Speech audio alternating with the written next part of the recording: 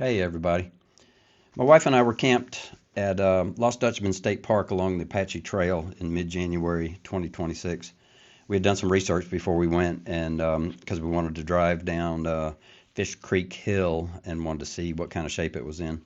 Most of the videos that came up were from 2024, and it was right after that section of the road had been reopened due to a landslide. And all the videos were showing a really nice graded road, no problems at all, two-wheel drive vehicles on there.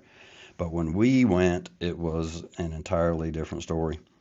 There were some pretty deep ruts, as you can see in the video, some other rough places, but we didn't have any problem. We were in a 2025 wilderness, outback wilderness.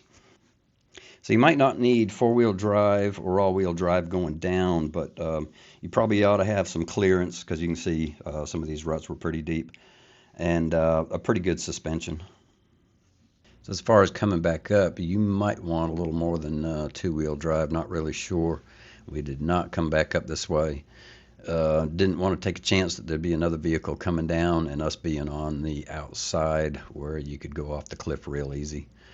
Some of the videos, or at least one of the videos we watched, a guy had a drone and he was showing some of the wreckage that was down. I guess they just don't bother pulling out the cars. I think I saw at least 3 vehicles that were wrecked down there.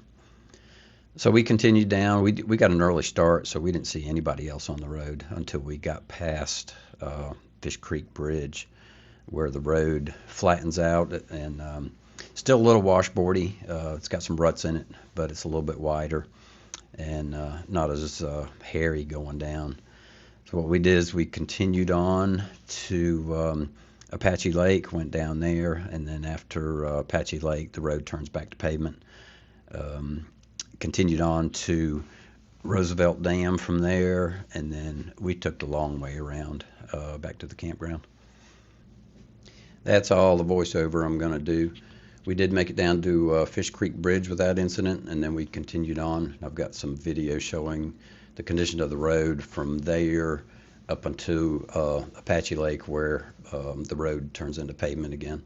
So if nothing else, if you happen to be on the Roosevelt Dam side, you could come in that way. The road's still narrow. You got to watch out for oncoming traffic, but you'll see some real pretty scenery and make it as far as Apache Lake without any problems. And then decide from there whether you want to continue on the dirt part. But if you try it, good luck, and thanks for watching.